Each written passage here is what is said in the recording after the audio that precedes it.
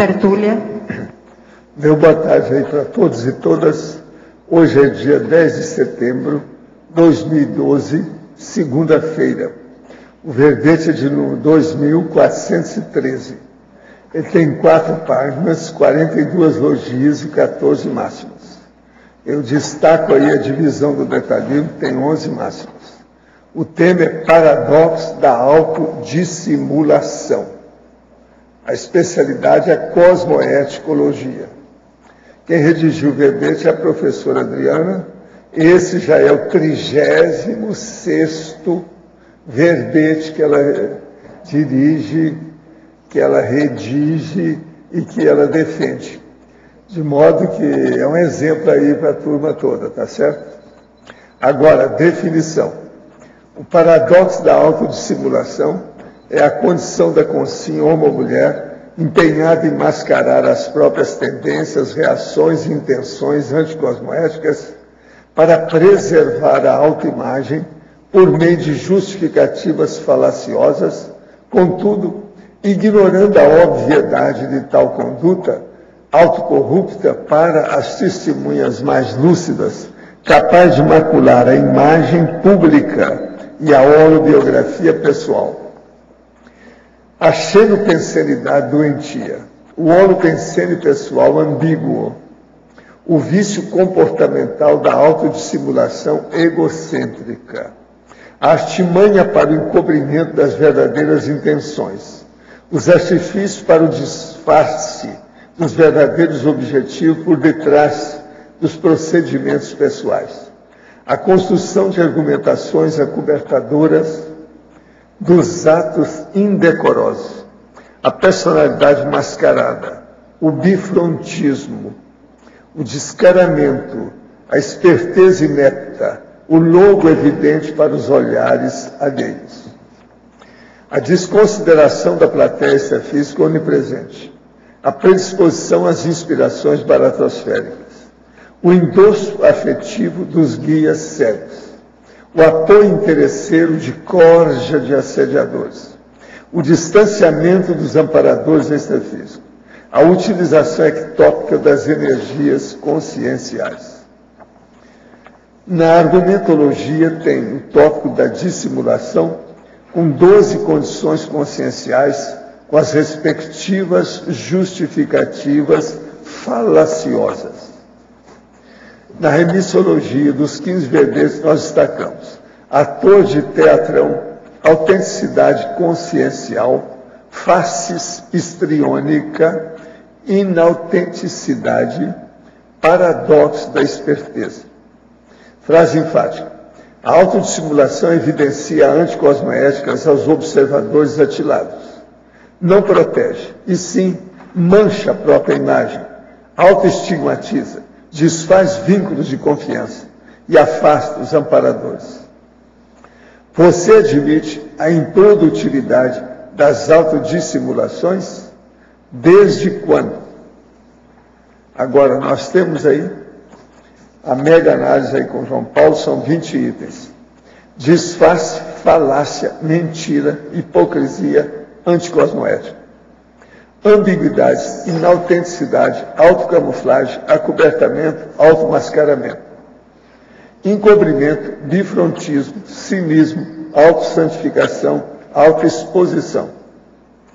Autocorrupção, manipulação, enganologia, histrionologia e consciencioterapia. Agora, o verbete aí do dicionário hoje é a certologia, o argumento é prescritivo-lógico. Para ver aí, é bom a pessoa ver com calma, que acertar também é humano, não é só errar que é humano, não. Acertar também é humano. Agora aqui, questionamento. Trabalho em um local onde sou sistematicamente assediada moralmente por minha superior. Humilha-me, anota minhas tarefas, sabota minhas tarefas, enfim, faz de tudo para me prejudicar sem motivo aparente. É uma mulher, e pelo que já percebi, detesta trabalhar com outras mulheres. Isso vem me trazendo problemas, vivo cansado e com muito sono. Não posso tomar medidas legais nesse momento, com o risco de perder o emprego. Como devo proceder nesse caso? Não realizo TENEP. Sou iniciante no estudo da Conscienciologia, ainda não me sinto preparado. Temo começar precocemente e depois parar.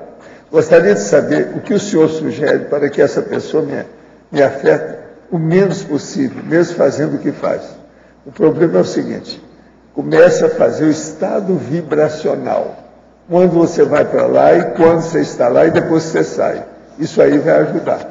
Estado vibracional, veja como é que é. É só olhar que tem as técnicas todas, como é que tem aí. É só você pegar. Agora, ó, a verbetógrafa. Parafatologia, página 1, quinta linha. Poderia nos explicar mais sobre a projeção lúcida realçando os trafares maquilados? De que maneira o projetor consciente pode verificar essas automaquiagens durante suas projeções? Olha, só você ver todos os relatos, grandes relatos que tem, inclusive de projetores, como que quando a gente está projetado, nós somos o que somos. Então, a intenção, o que a gente quer fazer, a gente não faz, acontece. Então, fica muito difícil a gente dissimular no extrafísico, porque a gente vai ser o que é, e projetado vai ser assim. Então, você vai ver os seus trafares, a forma que você pensa, como que você age. Então, é uma grande aferidor justamente dos seus trafares, daquilo que você precisa melhorar. E pondo o outro lado também, em função da acertologia, também você vai ver aqueles seus trafores que estão mais fixados na hora que você consegue atuar extrafisicamente de uma forma positiva, saudável. Você veja, olha, então isso aqui já está mais fixado. Até no extrafísico eu consigo manter essa minha intencionalidade sadia. E do contrário também. Paradoxologia, página 2, segunda linha. De que forma anular nas nossas vidas o paradoxo da consciência escolher enganar a si mesma? Como fugir dos auto-enganos? Com muita reflexão e muita autocrítica. Porque é muito paradoxal, né? A gente pensar na questão do auto-engano. Porque eu estou enganando a mim mesmo. Quer dizer, qual é a lógica disso? O que eu ganho com isso? Não ganho nada. Então é muito paradoxal essa postura. Então, o que eu vejo que a única forma de a gente parar de se enganar é muita autocrítica e aumentar a nossa lucidez o máximo que a gente pode. Então, para aumentar a lucidez, vai entrar trabalho de energia, vai entrar uma série de outros, melhora do parapsiquismo, tudo isso a gente vai vendo a vida de uma forma mais ampla e vai ficando cada vez mais, descortinando cada vez mais a nossa própria realidade. E muita coragem para enfrentar o que a gente é, porque a gente é o que a gente é, e é na hora que a gente aceita o que a gente é, que a gente abre o caminho para a gente mudar. Em Principiologia, página 2, quarta linha. O princípio cosmoético de evitação do estupro evolutivo. Poderia explicar mais sobre esse assunto? Sim. O estupro evolutivo é quando você vai fazer um esclarecimento e você erra a dose. Então, aquela pessoa ela não está preparada para ouvir aquilo. Então, é um fio da navalha. Então, essa técnica, o psicosmoético de evitação, é justamente a pessoa pensar muito antes de fazer a intervenção que ela vai fazer. Porque é necessário, sim, fazer impacto-terapia, é necessário, sim, fazer uma cosmoética destrutiva.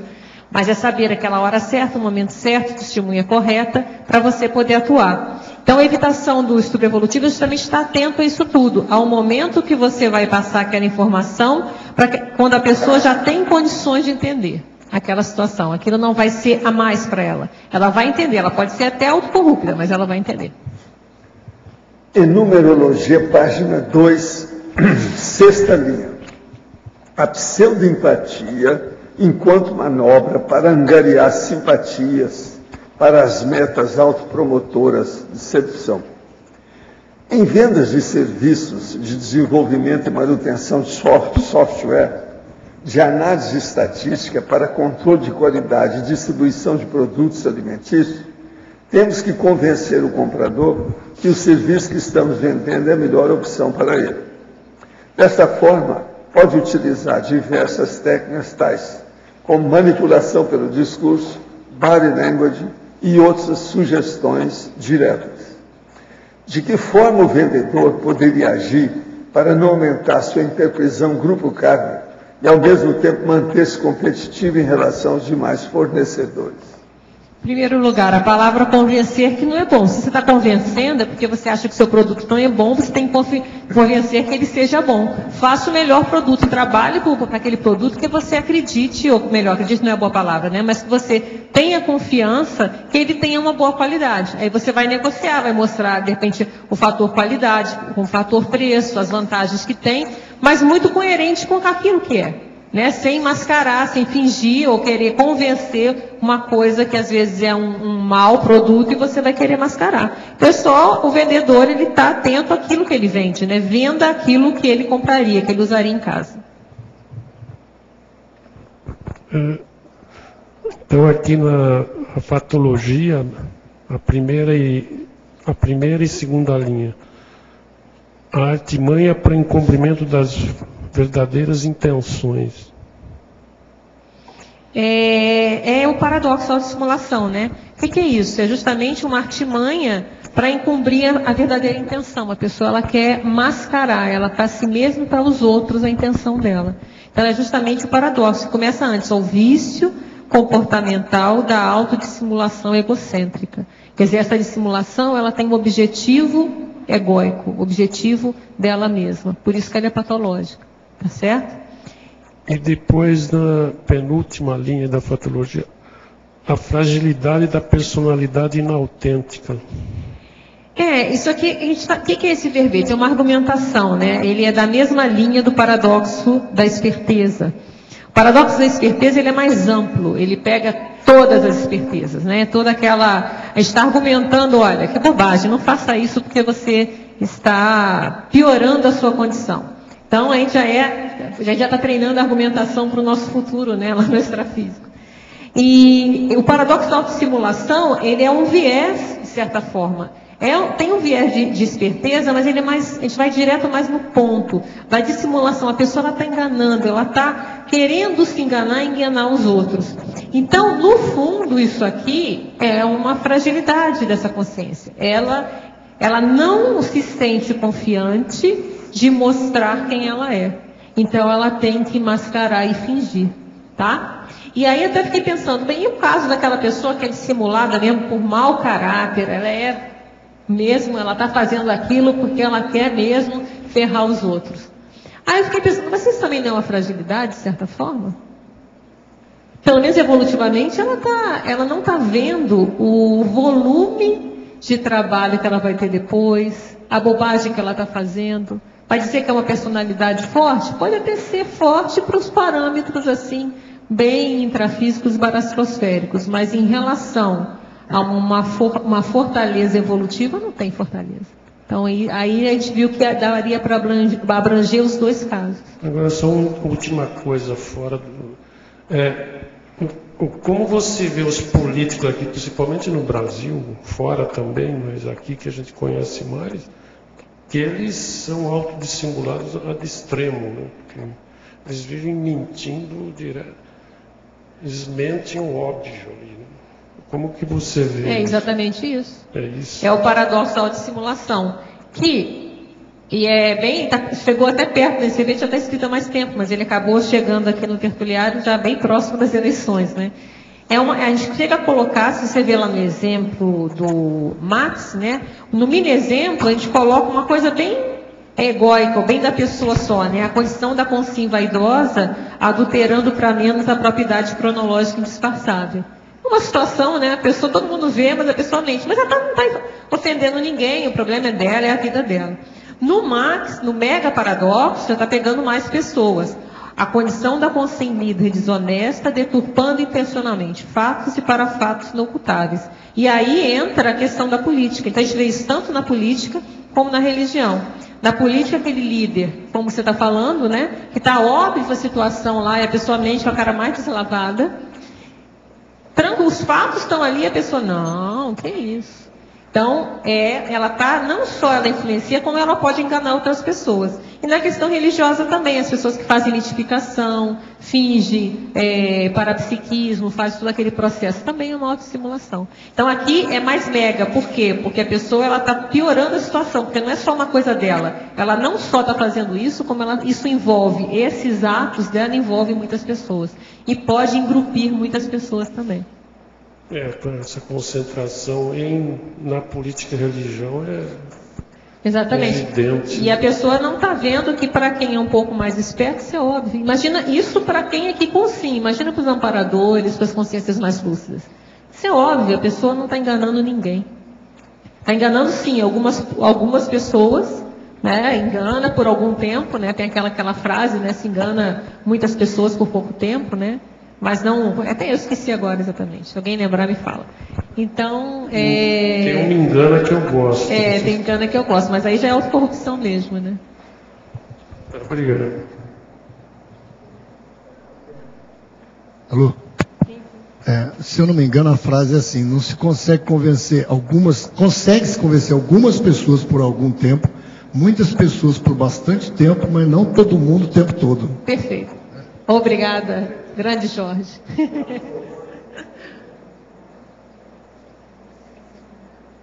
Adriana, Sim. na simulação, página 3, eu gostaria que tu falasse sobre o item 8, mediocridade, falseada em equanimidade. Sim. Aqui a gente pegou 12 traços, né? Traços que são, ou condições que são patológicas e que as pessoas podem, né? Obviamente não todas, edulcorar, mascarar dizendo que é outra coisa. Uma justificativa falaciosa mesmo. Nesse caso, o que é mediocridade? Mediocridade é o nivelar por baixo, é insuficiência, é mediocridade. Então a pessoa ela quer manter tudo nivelado por baixo. Então ela fala, não, na verdade, eu estou sendo equânime, não, todo mundo tem direito igual, não deixa ninguém aparecer, não, estamos todos iguais. E não deixa aparecer, às vezes, o mérito. E é importante se ressaltar aquilo que as pessoas têm de melhor. Porque todo mundo é melhor em alguma coisa. Se fica, não, então tem que pôr todo mundo igual aqui, pá, todo mundo no mesmo barco. Aí ninguém aparece, ninguém é exemplo para ninguém. Se você fala, não, fulaninho aqui, olha, é muito bom nisso, o ciclaninho é muito bom naquilo, o outro é muito bom naquilo, na hora que você ressalta, não é uma coisa só egóica, você vai dar exemplo, olha o fulaninho lá, olha o esforço do fulaninho, o que ele fez? A pessoa, olha, o que ele está fazendo? Vai aprender. Se deixa todo mundo ficar por baixo, é mediocridade, é a robotização existencial, fica todo mundo aqui e mantém aquele povo todo mundo igual, ninguém vai aparecer, fica todo mundo aqui. E aí, não vejo que isso seja produtivo. Mas a justificativa que se dá, não, estamos todos iguais, não é. Tem pessoas que estão melhores que outras, não em tudo, e até em tudo, se pensar evolutivamente, tem aquelas realmente que são melhores, pelo menos mais que determinada média. Ok, obrigada. Adriana, Oi. eu estava lendo os dois verbetes do Chuvaldo e o seu, e eles parecem que se encontram aqui na acertologia, né, professor? No item enunciado, né? Os dois verbetes, eles se encontram ali, né? A autocriticologia. Que é a pessoa que tem esse paradoxo. Eu vou acrescentar aí um mega pensene. Acertar é humano. Isso está no mega pensene. Sabe quem sugeriu isso? É o João Paulo. Eu vou acrescentar. Que você acha, ele olha tudo todo dia. Não está por aí, Adriano? Porque falta isso justamente para a pessoa, né? A autocrítica. E o objetivo disso aqui é justamente como a gente falou antes, né? Mostrar para a pessoa, olha, acorda, muda isso, recicla isso, não está dando em nada. Né? E aí eu sempre jogo para os dois lados, porque às vezes é muito mais fácil a gente ter no outro. E é na gente mesmo, aí volta para a gente. Em que percentual eu posso estar fazendo isso? Aí cada um tem que fazer essa autocrítica. Eu acho que isso que sempre joga para lá e joga para cá. Opa, vamos ver, que percentual? Já está zerado? Ainda tem 5%? Tem 10%? Tem a ver com o trabalho, né? O trabalho que vai ser realizado lá na pré-intervenção. Exatamente. E quanto mais, até para a gente ter autoridade moral, né? Para poder ajudar essas pessoas, quanto mais a gente tiver mais arrumadinho, melhor. Não, digo, elas estão totalmente com os dois pés dentro disso aqui, né? Os dois pés dentro dessa questão. E quanto mais a gente diminuir o nosso pé, vai ser melhor para todo mundo.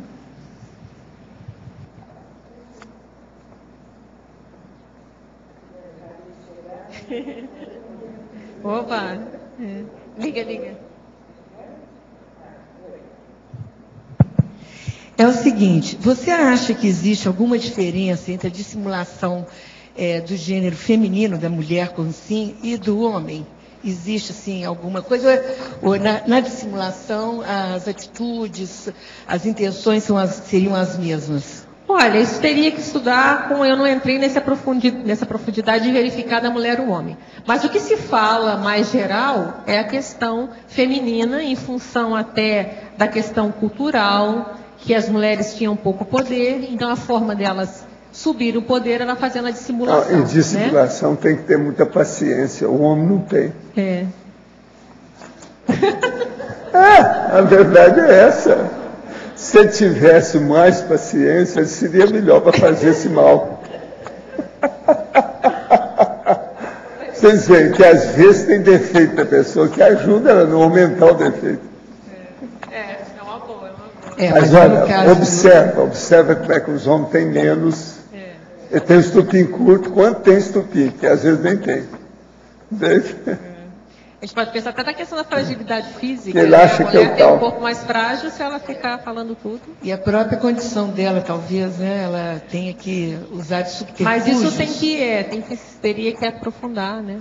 Exatamente. Eu acho que daria um verbete autodissimulação só aprofundando nessa questão. Porque é complicado quando entra o gênero, né?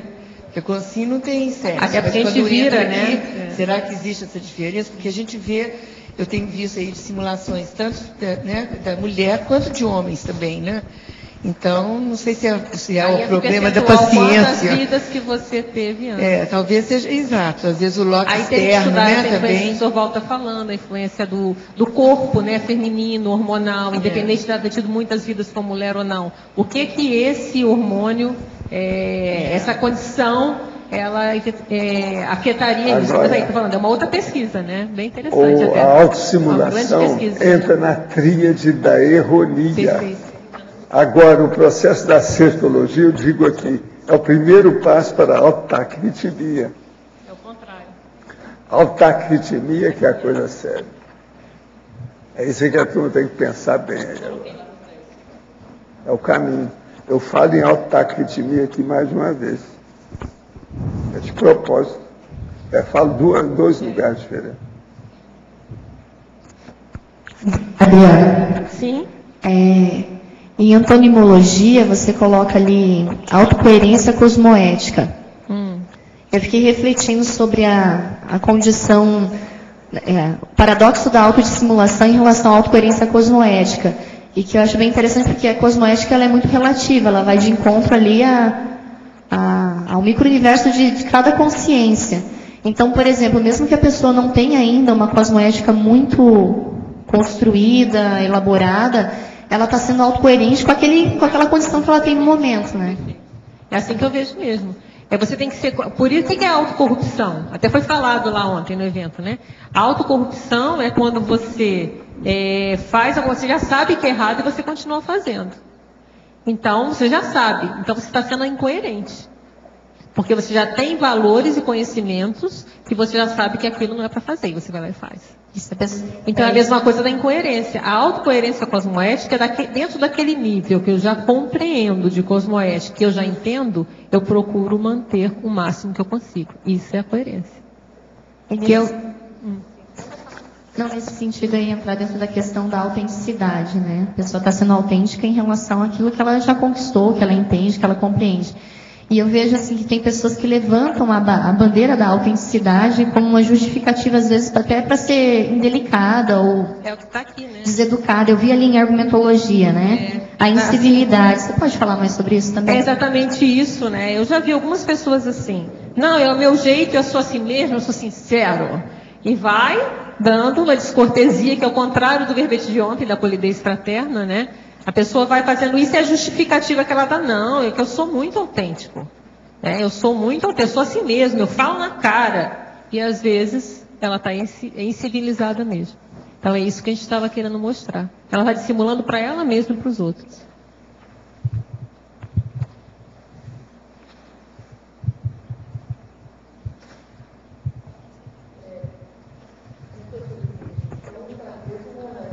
Não sei se é dica ou se uma forma da gente sair disso seria nós sermos Koch, o cético, otimista, cosmoético. Que aí você está né, tentando ver, checar, verificar, não só dos outros, né, das outras coisas, mas o próprio. Autocrítica. O autocoque. Lá e cá. Não sei se existe o autocoque, mas é uma forma também, né, da gente checar como é que nós estamos nessa dissimulação. Você acha que tem sentido o que eu estou dizendo aqui? É o cético otimista cosmoético. Você tem um otimismo dentro da cosmoética e um ceticismo em relação a você e em relação aos demais. Fatologia, página 1, quarta linha. O logro evidente para os olhares atilados. Poderia explicar o que caracterizaria a evidência? É justamente isso, olha só. A gente falou antes da esperteza inepta, né? A pessoa pensa que ela é esperta. Fica óbvio, a dissimulação, ela é óbvia para quem tem olhos de ver. Dá para ver, a gente colocou aquele exemplo, olha os dois exemplos que a gente colocou. A pessoa mentiu uma idade, a pessoa às vezes começa a manipular, enrolar, e faz, e pensa que ninguém está vendo, está ficando óbvio que a pessoa está distorcendo a informação, está fazendo aqui, está tentando empurrar, tentando constranger as pessoas a aceitarem alguma coisa, tudo de uma forma dissimulada, sem ser claro, sem explicitar o que está querendo ser feito. Isso tem que ser colocado. Então, fica evidente para quem está um pouco mais esperto para a situação. E gera um constrangimento muito grande, dependendo da situação, que a gente fala logo depois, né? O que você faz? Tem pessoas que você vai poder chegar e falar, outras você vai ver e falar, poxa, só lamento, né? A pessoa está fazendo isso tudo. Então, é muito constrangedor também ver isso. Então, é isso que a gente está querendo dizer. E agora, imagina os para-olhares das consciências mais lúcidas, dos amparadores. Então, aí então que a coisa fica evidente mesmo. Parafatologia, página 1, segunda linha. O apoio interesseiro de corja de assediadores. E a última linha, a leitura parapsicosférica, deslindando a intenção enferma. Sim. Poderia, por favor, fazer um cotejo entre as ideias? Tá bom.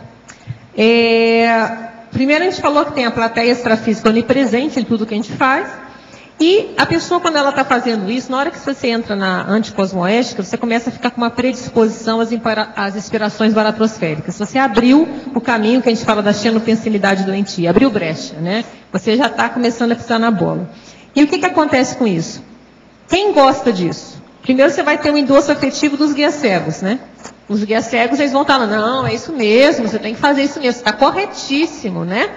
E os assediadores, então, já é um apoio interesseiro, porque eles estão fazendo, eles vão apoiar essa pessoa que está atuando dessa forma anticosmoética, porque ela vai ser um inocente útil, ela vai poder até servir às ideias dele. Então, com isso, até colocar aqui o final, que é importante, acontece que é o mais sério, que é o distanciamento dos amparadores extrafísicos. Eles não vão compactuar com isso tudo. E aí, lá para o final, a leitura parapsicosférica, deslindando a intenção enferma. Isso vem de encontro também com a pergunta anterior do logro evidente aos olhares atilados. Quem tem mais parapsiquismo, tem até o verbete, leitura parapsicosférica. Até o verbete é leitura interpsicosférica, interleitura parapsicosférica, esse é o nome certo. Que é isso? A gente com um pouco mais de parapsiquismo, um pouco mais de domínio de energia, a gente lê a psicosfera dos outros. A gente consegue fazer assimilação simpática e a gente percebe a situação. Então, fica óbvio, você consegue ver que aquela energia não está coerente, aquela energia não está positiva, então fica óbvio esses olhares. Então essa é a questão. Você consegue ler, inclusive, perceber se tem ali, às vezes, um guia cego ou um assediador que está por trás daquela condição, fazendo isso que a gente falou antes, dando uma forcinha ali para a pessoa se manter nessa postura antievolutiva, que é pior para ela mesma. Principiologia, página 2, terceira linha. O princípio da inexistência de inadimplência grupo kármica. Isso é baseado na teoria das interprisões grupocármicas, que é o verbete interprisiologia da enciclopédia, que você vê que tem as fases da interprisão. Aquilo que a gente erra junto, a gente vai errando, os grupos vão errando, ele vai criando uma interprisão entre eles, e isso ele vai precisar recompor isso depois, recompor esses desmandos. Então, a partir disso, a gente vê que é uma inexistência de inadimplência. O que você criou de débito, você vai ter que pagar esse débito. Não tem como assim, não, deixa para lá, não vou pagar. Não, isso mais cedo ou mais tarde, o próprio mecanismo evolutivo do cosmos, a própria cosmoética, ela te leva a ter que fazer isso. É o que não vai acontecer conosco na próxima intermissão, né, professor? Que é justamente isso, a gente vai começar a ressarcir aqueles débitos que ficaram, aquelas pessoas que nós estamos devendo. Aquilo que a gente errou junto, a gente agora tem que acertar junto. Isso é muito sério. Agora, binômio, página 2, segunda linha. O binômio, egão, orgulho. Essa é a raiz da maioria das nossas, para não dizer todas, né, para não ser muito peremptório, das nossas autocorrupções, das nossos enganos. No final tem um egão, a gente está olhando a gente mesmo, o nosso próprio umbigo, e um orgulho muito grande. Esse orgulho que às vezes dificulta admitir que nós estamos errados. Tem até o verbete que eu fiz, é outro verbete que eu fiz também nessa linha da argumentação, que é o orgulho teimoso. A pessoa, ela teima, ela fica naquele orgulho, ela mantém, e com isso ela continua errada, a situação está piorando, mas ela não admite que está errado. Isso é muito sério, porque a admissão, como a gente falou antes, na hora que eu admito que eu tenho um problema, é o primeiro passo para a solução. Se eu acho que está tudo bem e eu fico firme que não está nada errado, o que vai acontecer? Nada. Crescendologia, página 2. O crescendo patológico, mentira deslavada, desmentido mentiroso. Pensa bem, o que é uma mentira deslavada? Aquela mentira crassa, né? Isso a gente vê muito na política, né? A Aline estava falando da política, né? E aí, depois, vai lá, a pessoa vai desmentir, só que o desmentir da mentira também. Então ela mente duas vezes, é um crescendo, né? Ela mente uma vez e depois ela desmente mentindo novamente. Quer dizer, é muita cara de pau. Ano, né? Esse ano. É muita cara de pau. Esse ano. Exatamente. Agora aqui, fatologia, página 1, quinta linha. O constrangimento gerado nos espectadores perspicazes. Gostaria que explicitasse a razão do constrangimento. Seria paradoxo? Não sei se seria paradoxo, não. Não, porque às vezes a pessoa ela está dissimulando uma coisa e a outra pessoa até que admira muito a ela. Aí é que o constrangimento é o pior. A pessoa vê que aquilo, o outro, uma terceira pessoa está de olho, vendo tudo. É terrível. A gente sente a dor daquela pessoa que ainda não tem o nível de sentir a dor. Entendi. Imagina os amparadores como deve ser uma questão constrangedora, né? Não, ele pensa bem o serenão. O serenão, então, coitada, aí já viu. Aí ele vai olhar o negócio da gatinha. Está tentando tirar a figura que está no papel. Perfeito, perfeito. Tem que crescer muito ainda, não deu. Terrível. Agora aqui. Para a fatologia, página 1, primeira linha. A desconsideração da plateia extrafísica onipresente. Aprofunde, por favor. Olha só, é que a pessoa quando ela faz essa dissimulação, ou como até no paradoxo da esperteza, o esperto, ele acha que ele é mais inteligente que todo mundo, que ninguém está vendo, né? Então ele acha que ele está por cima da carne seca.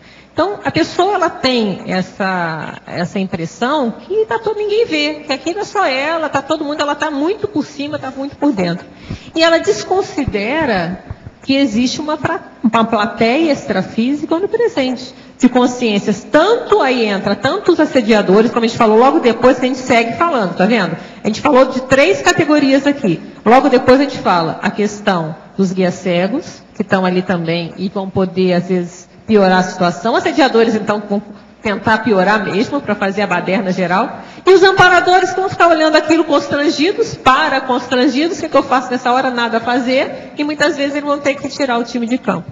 Então, a pessoa não parou para refletir, ou às vezes seja por ser muito materialista, nem ter pensado nessa questão de existir essa condição, ou então por não ter parado para pensar mesmo, que nada que a gente faz é solitário.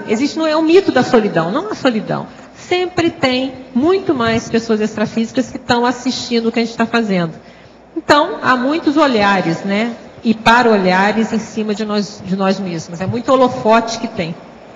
Professor, o senhor acha que esse comportamento aqui da autodissimulação, que a gente percebe evidente nesses filmes que retratam a nobreza, principalmente no curso que teve... Pois é, mas eu acho que nós já melhoramos muito de lá para cá.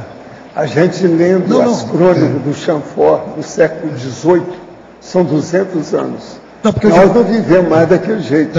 Hoje nós temos outros trafares.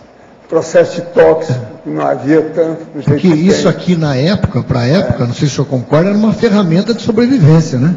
Porque se o cara não fosse assim, cortava a cabeça dele. Então ele utilizava isso de dissimulação. ali na corte. O forte era... Ele era E treinado. os vassalos também, né, os escravos da corte. Eles eram treinados pelos pais, os filhos, o pessoal, para ser dissimulado, para não revelar. Mas agora, eles aprendiam muito, porque a plebe aprendia com a corte.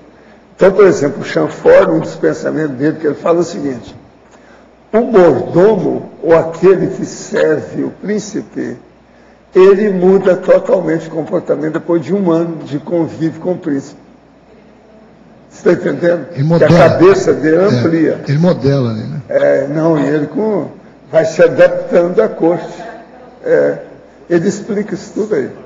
Agora, o livro dele é impressionante, a gente vê a sujeirada. A vida era muito mais palco do que hoje. Era um palco o tempo todo. E outra coisa, um palco, às vezes, de tragicomédia. Agora, o senhor vê uma tendência daquilo, é pegar ali Brasília, né? Aquela situação ali totalmente... Toda capital é problemática. Não, digo por causa da política. Todos já falaram nisso. Por causa da toda política. Capital, quer dizer, uma metrópole que é federativa, ela é problemática, de vida política.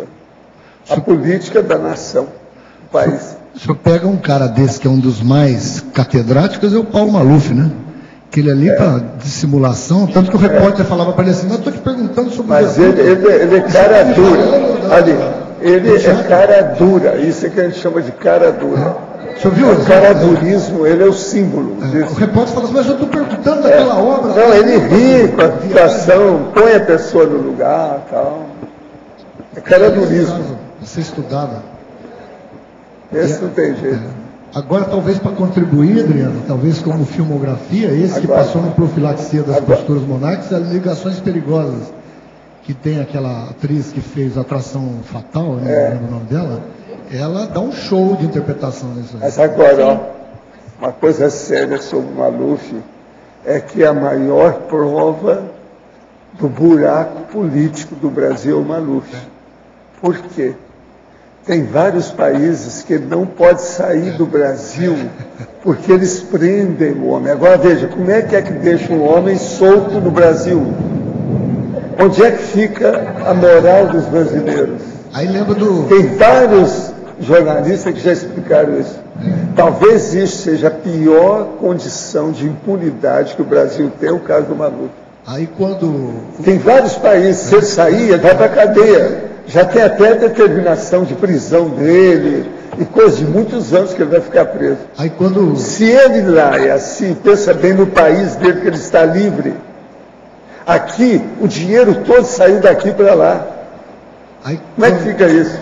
A família toda envolvida nessa máfia. É uma máfia, Maluf. É uma máfia árabe. Quando o Charles de Gaulle falou aquela frase, o pessoal achou que ele estava errado, né? Que o Brasil não é um país sério, né? Você pega o mundo inteiro, o cara não pode entrar, e ele aqui deita e rola? Agora, isso é duro você pensar que no século XXI o Brasil ainda tem uma condição dessa do Paulo Maluf. Não, isso não tem saída. E outra coisa, isso repercute em tudo quanto é país que está aí. A diplomacia toda sabe disso. O homem não pode deixar o país.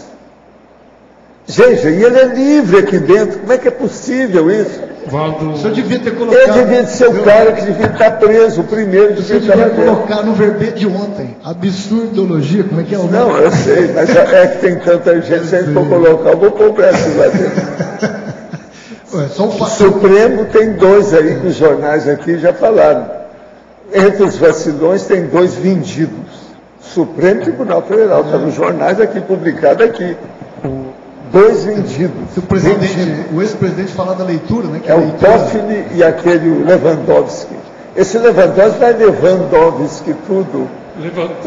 Onde ele passa. Valdo, o Maluf. E o Toffoli. O governo da Suíça mandou um dossiê, eu vi na Folha de São Paulo, de toda a conta dele.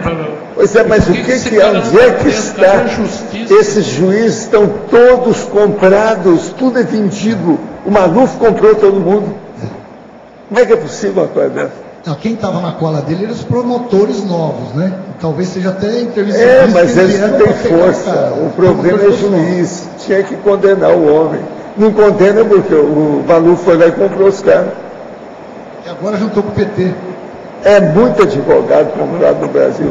Por exemplo, o dinheiro do Lalau são milhões de dólares. Eles vêm para o Brasil agora, vocês viram? É recuperado. Eles vão liberar o dinheiro para mandar para o Brasil. O do Lalau, o juiz. Mas agora o Maluf apoiou o PT. Ele rodou 169 milhões. Eles vão mandar 6 milhões para cá. Isso não é nada. Onde é que está o resto do dinheiro? Está aí? Está aí? Está no bolso de vocês? Onde é que está o dinheiro? O ex-ministro da Educação que o senhor gosta, viu? O ex-ministro da Educação que o senhor fala tanto dele, que é o candidato a prefeito de São Paulo, o Haddad, perguntaram para ele o apoio do Maluf. Ele falou, não sou eu que estou dando apoio. Não, eles já falaram que é ruindade. Ruindade.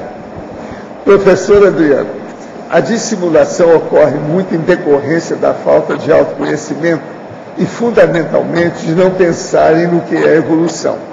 Poderia nos falar sobre o afastamento dos amparadores citado na frase enfática?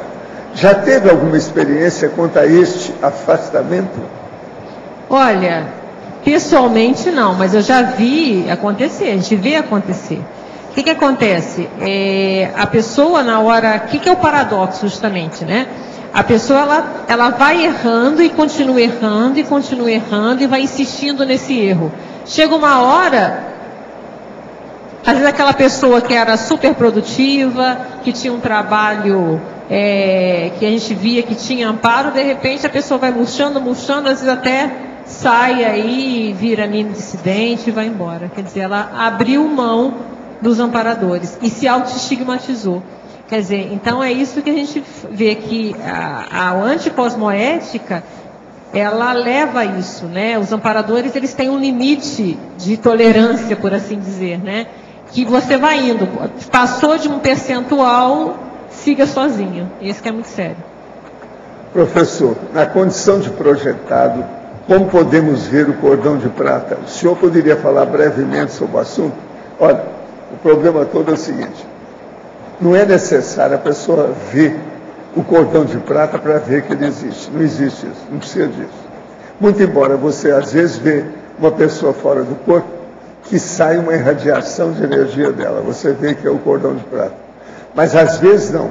Tem pessoa, por exemplo, que se projeta e sente que um assediador, é assim que eu penso, um assediador me pegou pelas costas, eu voltei para o corpo. Esse assediador é o cordão de prata. Outra coisa, às vezes você está fora do corpo, você passa a mão na sua cabeça, você vê que tem uma ligação forte, como se fosse mesmo um cordão umbilical que está segurando você na nuca. Isso tudo é que são as coisas mais fáceis que tem assim para ver.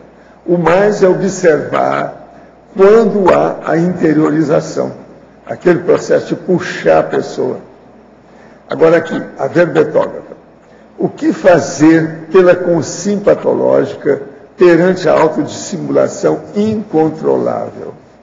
É o que a gente está tentando fazer aqui, fazendo um verbete, argumentando, e ter com muito jeito, lembrando de evitar um estupro evolutivo. Porque tem aquelas pessoas que elas são dissimuladas até quase 100%, né, por assim dizer. Elas vivem uma máscara o tempo todo. Já deve ter convivido com pessoas assim. Esse tipo de pessoa, não dá para você simplesmente chegar e tirar a máscara delas. Ela, na hora, surta. Então, existe muita técnica para isso. Muito cuidado até na hora de desmascarar alguém. Então, a gente vai dar informação, informa, e cada um faz a pesquisa. E se for o caso, se for um ambiente de terapia, ou se você pode indicar uma terapia, então tudo tem que ser feito com muito critério. Em Fatologia, página 1, na penúltima linha, gostaria que aprofundasse a expressão a autovitimização grupo kármica. Sim, até tem um verbete antivitimologia, que a gente fala vários tipos, né, de antivitimização, porque a pessoa acaba, na hora que ela acontece isso tudo, a pessoa vai, então os outros estão vendo o que ela está fazendo. Ela começa a gerar um constrangimento, começa a gerar desconfiança das pessoas em volta, no novo. Isso aqui está esquisito. Começa todo mundo a ficar desconfiado, aí vai aumentando, aqui tu vai se mantendo, por exemplo. ela acaba se auto-excluindo do convívio íntimo com consciências mais lúcidas, porque você não vai ficar, você não dá para confiar muito nessa pessoa. Então ela vai criando uma vitimização dentro do grupo, que ela vai se estigmatizando e se isolando em relação aos demais, podendo até chegar ao ponto, como eu te falei antes, dela seguir a vida dela e ir embora. Porque ela vai perdendo o clima, ela vai perdendo a condição de viver naquele grupo ali. Professor Valdo, aqui na página 37, dentro de acertologia, o senhor colocou o erro mais comum do intermissivista é a inadaptação existencial. Poderia falar um pouquinho mais sobre isso? O caso todo é o seguinte: a pessoa, ou a consciex, por exemplo, ela está lá. Aí vem aqueles amparadores e convocam a pessoa para ir para o curso intermissivo.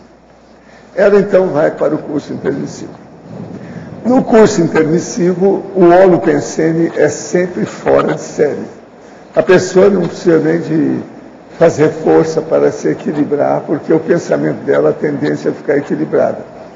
Ela não fica com uma série ou uma porção de energia no paracérebro alterando a cabeça dela, nem nada. Ela então fica dentro de um nível de maior limpidez para poder entender as lições do curso intermissivo.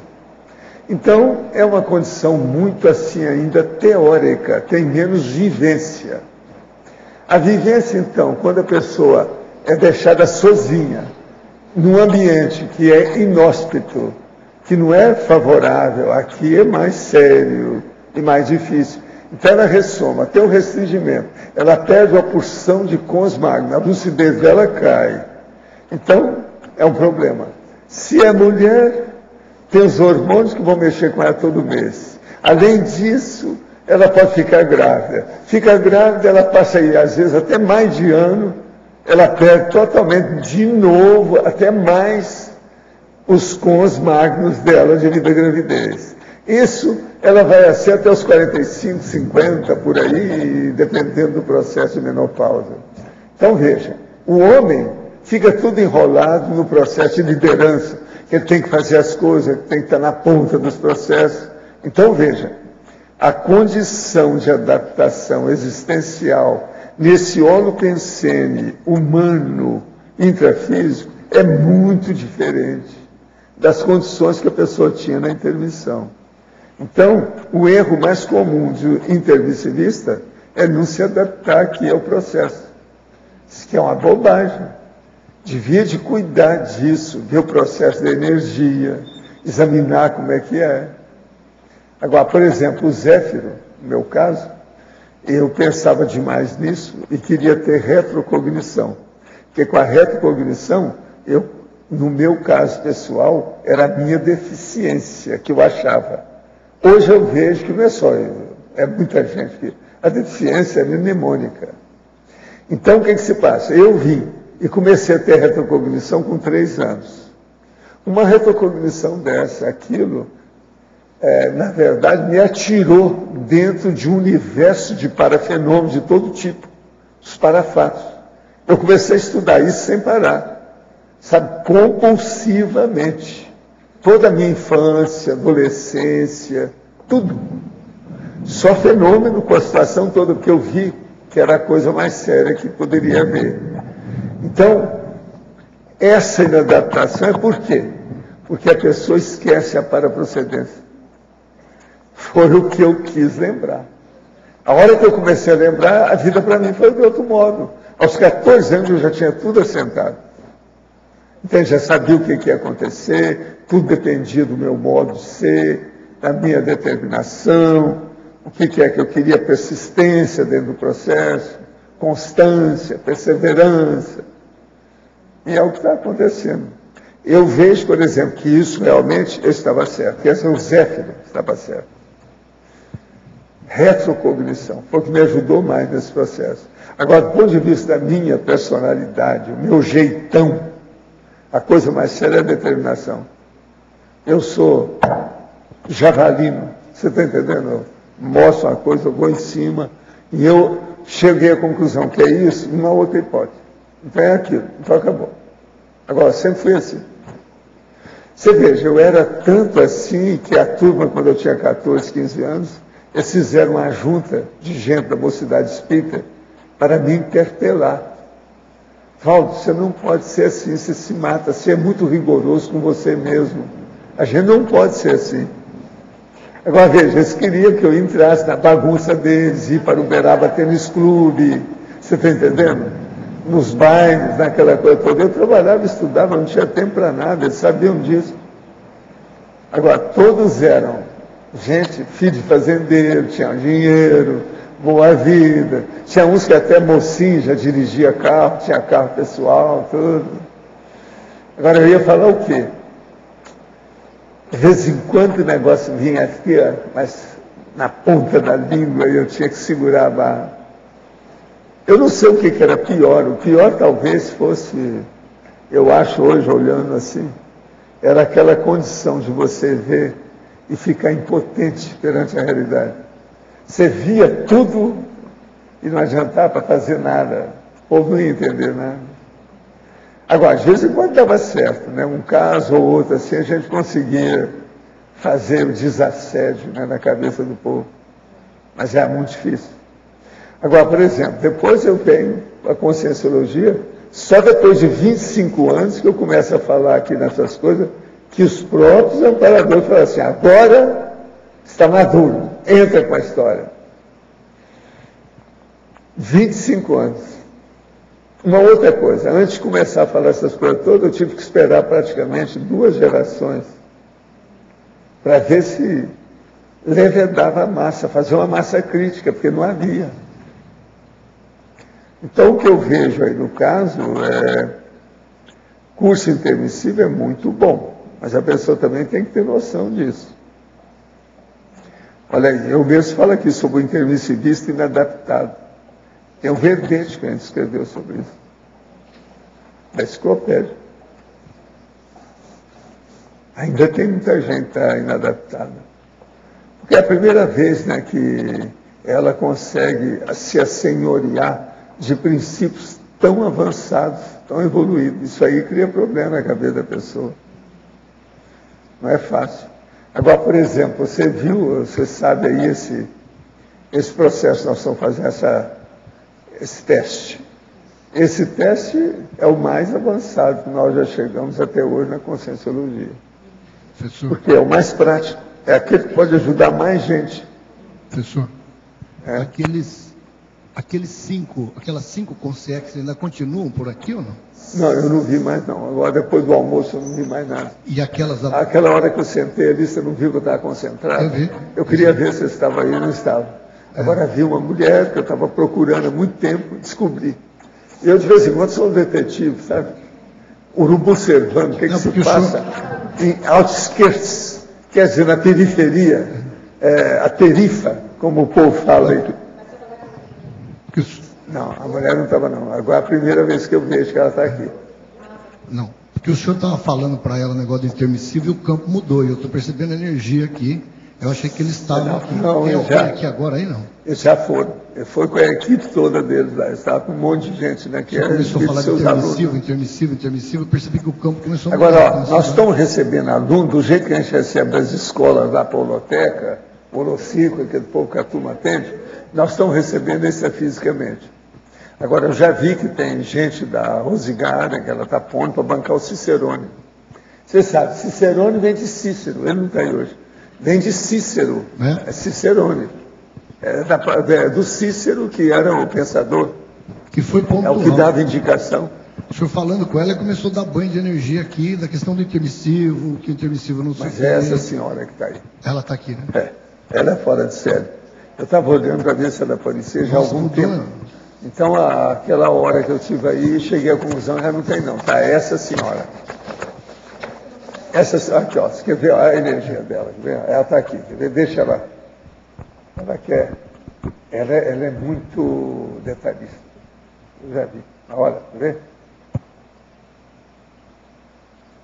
Agora, ó. Sente isso, ó.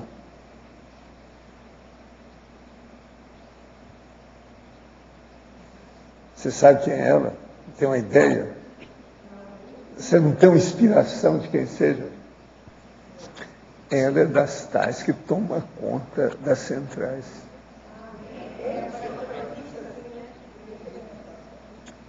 Ela é dessa. Por isso que eu queria ver, porque essa é minha conhecida. Ela já me ajudou na questão dos TENEPs, de OFIEPs, tudo isso. Muita energia, professor. Você está falando não, mas ela é especialista no caso. Você está falando com ela. Quando você estava falando com ela, começou a vir. Eu falei, tem coisa aí. Ah, está ainda. Não. Eu dei o nome nela de Dona Ernestina. Dona Ernestina.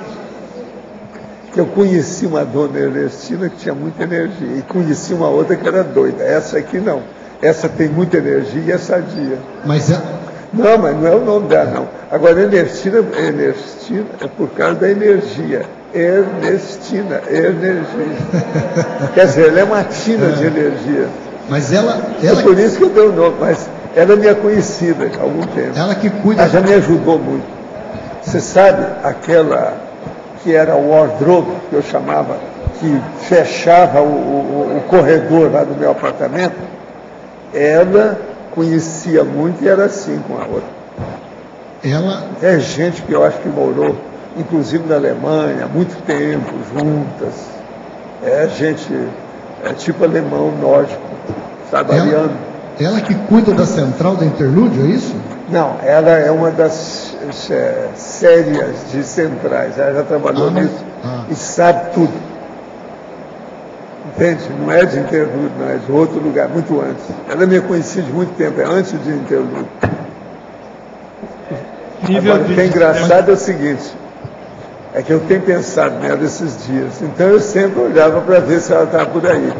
Agora, a hora que eu sentei, comecei a ver se os caras da memória estavam aí, eu vi que ela estava. É tanto que eu fiquei mais tempo ali, fiquei lá com calma, me concentrei para ver se ela falava alguma coisa, me deu umas dicas. Eu percebi que eu dei um toque para ela na hora aqui, para ela olhar. O senhor sabe por que ela veio? O objetivo dela? Como é que é? Qual é o objetivo dela, nessa vinda dela? Não, ela está dando uma da dela para ver o que nós estamos fazendo. Ela falou para mim, não, vim ver o que é que você está fazendo aí com esse povo. Vamos ver o que é. Professor. Eu falei assim, olha, você é muito bem-vinda. Se você quiser, a gente dá aí, cidadão honorária.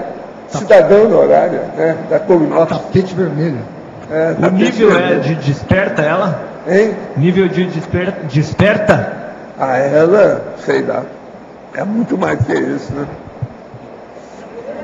Sai de baixo. Essa aí é fora de série. Valdo. Eu não sei. Ela veio com esses 5 de manhã? Não tem nada a ver. Isso é gente agora da tarde. Ela apareceu aqui, drop-in, como fala em inglês. Como é que eles falam aí que ela... Não, eles falam, é drop-in. Drop-in. Ela pulou aqui no meio. Ela só veio à tarde aí agora. Ela só apareceu à tarde agora há pouco. Foi. E esses 5 aí... Sabe, vocês ainda não perceberam. Eu quase sempre fico de olho quem é que é o nosso para-público, a para-audiência. Eu preciso saber para ver, para me encaixar, ver o que eles querem.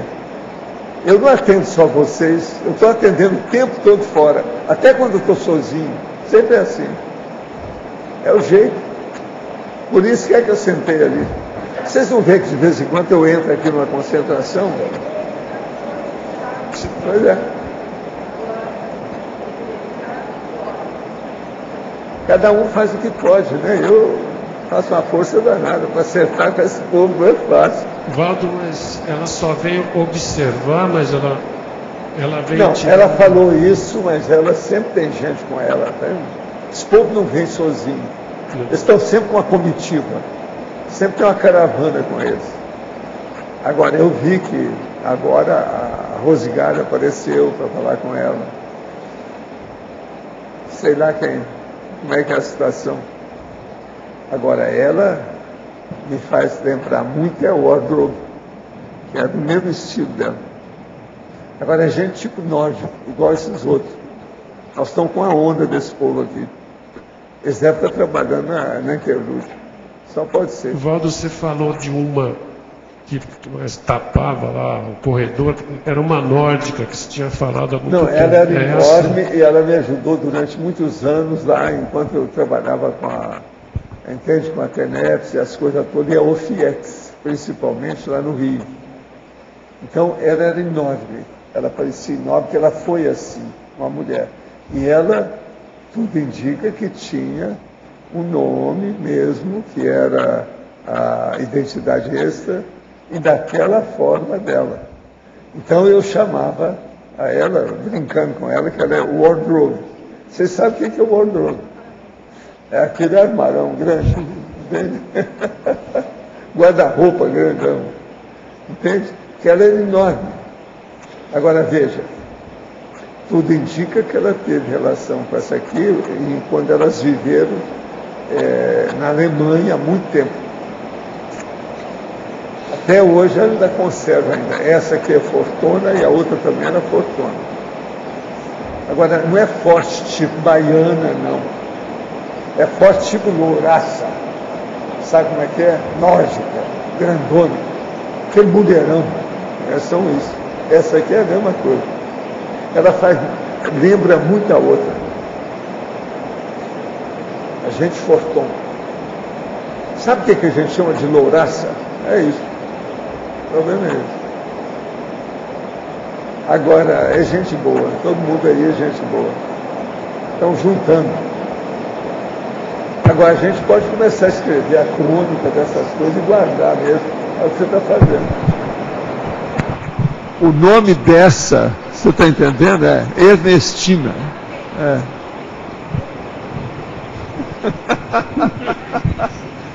Cada um faz o que pode. Isso é por causa da chuva que caiu, é? É uma tempestade, né? Ah, por causa de lá. Ah, sei. Tá. Ah, tá. Tá fora. E qual que é a especialidade dela, professor? Bolas. Energia. Se me perguntar. Energia. Tá. Agora, a gente precisa de ter, né? Fazer assim, dar um cidadã honorária para ela, da Cognops, ela ficar por aqui. É difícil ficar por aqui, né? Dá uma colher de chá para a gente. Até o fim do ano, por exemplo. Seria o máximo.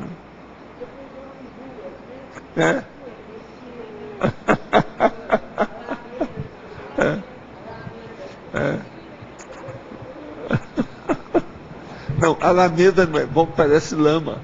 Entende? Por isso que a gente fala trilha, caminho, umas coisas assim. Quero te perguntar o seguinte, professor.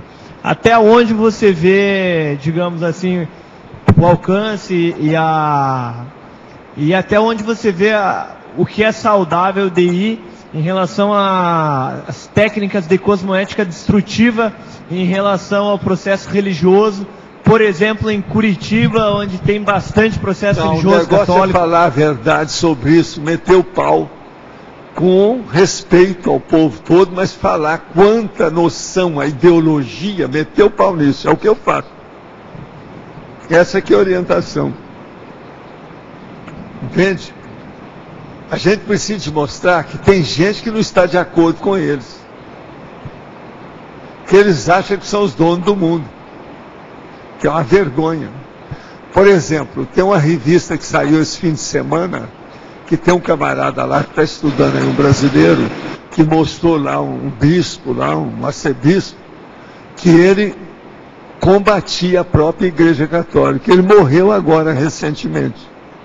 Mas ele lá está explicando, tem um artigo nas 3 páginas das revistas aí, fim de semana. Esse bispo, que é lá de dentro, viu. Então ele chega e falava o seguinte: a Igreja Católica está atrasada 200 anos. Se o cara lá de dentro, que é líder lá dentro, pensa isso, pensa bem quanto é esse atraso. Deve ser muito mais de 200 anos. Para mim, está tudo errado, tem um monte de coisa errada na Igreja Católica. Agora, ele fala lá e determina tudo. Tem aí o jornalista que escreveu um negócio agora sério nesse fim de semana sobre isso. Vale a pena ver. Então, veja, isso é a Igreja Católica eles acham que a maior contingente de religiosos do Brasil é católico. E é muita coisa boboca e errada que tem. Ele fala, por exemplo, o problema do requinte das roupas, a suntuosidade das roupas. Quanto mais elevado o cara, até o Papa só usa roupa requintada. A monarquia não existe mais, tudo é loucura mesmo, ele tem razão de falar. O cara era arcebispo, era dos grandões deles. Como é que é? Nesse caso, quando a gente, a título didático, nesse caso, quando a gente percebe que tem uma consciência evoluída assim, o campo foi alterado, no seu caso, como é que o senhor faz? O senhor vai de encontro à informação ou a informação já vem? Não, eu não faço nada. Eu faço aquilo que eu vejo que eles mandam. Não. Eu digo para o senhor detectar qual é a consciência. Qual é a consciência? Não, aí é meu jeitão, aí é minha competência, aí depende de mim. O que eu estou fazendo? Eu estou sempre com as antenas ligadas. Isso. Então, Por isso que eu não uso aparelho no meu ouvido, aquelas coisas todas que eu já falei para vocês. Eu sou muito chato e antipático nessa situação. Porque é esse tipo... Porque não vai. Na televisão eu sempre dava conta nessas coisas todas. Esse tipo de sinalética para mim está se tornando ostensiva. Mas a informação... Mas olha, não use aparelho, não pegue nada, que isso aí torra a sua cabeça, não dá certo. Isso que eu quero entender, o seu processo de descoberta de consciência, qual que é essa consciência? O senhor vai de encontro a essa... Não, aí é meu processo de captação do processo... Que dica que o senhor dá? É parapsiquismo, desenvolveu o parapsiquismo, começa com o estado vibracional e vai em frente. Daqui uns tempos você está bom, mas tem que trabalhar alguns anos, né? Eu não acho que uma pessoa consiga nada dessas percepções de uma hora para outra, isso não existe. Essa mutação parapsíquica não tem. Existe extrapolacionismo, mas é fugaz, entende? Não é uma coisa que é mantida permanentemente, é a pessoa que faz o permanente. É esforço pessoal. Então isso é meu trabalho desde de menino, de rapaz, tudo. Hoje eu sei. Outra coisa, eu não preciso de ver a consciência. Então, isso. Às vezes eu capto tudo, porque o processo da energia e do pensamento dela, a telepatia do paracer dela, é mais importante que a forma, porque a forma ela pode vir de qualquer tipo. Ela mesma pode mandar pela telepatia aquela forma, para você saber o que é. Isso tudo é taquirritmia. Agora, como explicar isso tudo? Você vai explicar isso tudo para todo mundo. Como? É a coisa mais difícil que tem. Por isso que tem que fazer muitos anos de dinâmica de parapsiquismo, complementário, os laboratórios, não tem outro jeito. Isso aumentou. Tem que falar com o povo para vir para cá, que é o único jeito, tem que vir aqui. É aqui que a gente tem os laboratórios, é aqui que tem o complementário. Isso aumentou muito com a chegada desses 5 que vieram. O senhor falou que tinha um americano e estava trabalhando energia em mim ali em cima. De lá para cá ficou muito mais ostensivo. Não, mas eles têm vindo há muito tempo. Primeiro, eu não falava. Segundo, a Mabel também não registrava. Nós agora, de um ano para cá, começamos a registrar. Não é isso, Mabel? Por isso que vocês estão começando a saber. Agora, eu estou fazendo isso por quê? Porque eles falaram para fazer. Para ver. Mostra que a gente está aqui. Mostra para a turma que eles têm assistência. Por isso nós começamos a falar. Você lembra que eu falei que foi os processos que eles falaram para o Zéfiro? Eles falaram para mim fora do corpo. Entende? É por isso. E foi isso que o transmentor com a turma lá falou. A monja disse, fala as coisas. Exponha. Foi aí que eu comecei a fazer o dicionário. Que é para fixar essas coisas. O dicionário, esse negócio todo aí, por exemplo, todos esses últimos testes que nós fizemos, aquele do metaconceitologia, megaconceitologia, e agora esse de megatematologia, tudo é do dicionário. É para esclarecer isso que a turma quer. Esse da pré-intermissiologia, tudo é isso aí. Outro, o transafetivologia, alta-absolutismologia, tudo é. Aí. Só aí nós temos uma meia dúzia já deles. Agora, tem mais, né? Agora, vamos ver o que é que a turma... Se eu ver se está muito furado, eu vou fazer uma listagem à parte para mostrar. Não, mas isso se eu ver, eu não acho que vai ter, não. Vamos ver, né? Vamos ver o que vai dar. Agora, tudo vocês têm que julgar. Vocês são, ao mesmo tempo, réus e juízes. Tá certo? Vocês têm que determinar e ver as coisas como é que são. Mas agora, com esse teste, nós temos uma média de vocês, né? A gente já vai ter uma ideia, né? Séria. Já vai a gente pensar sobre o assunto. Vale a pena. É importante. Você não acha? Pegando esse gancho que o senhor falou aí, eu me lembrei que o senhor disse que nesse trabalho que nós vamos fazer lá na Baratrosfera, em determinados momentos, nós vamos ser juízes. Que esclarece ao menos. Vão ser individualizados juízes. E vão ser líderes. Quem que tem que decidir é vocês.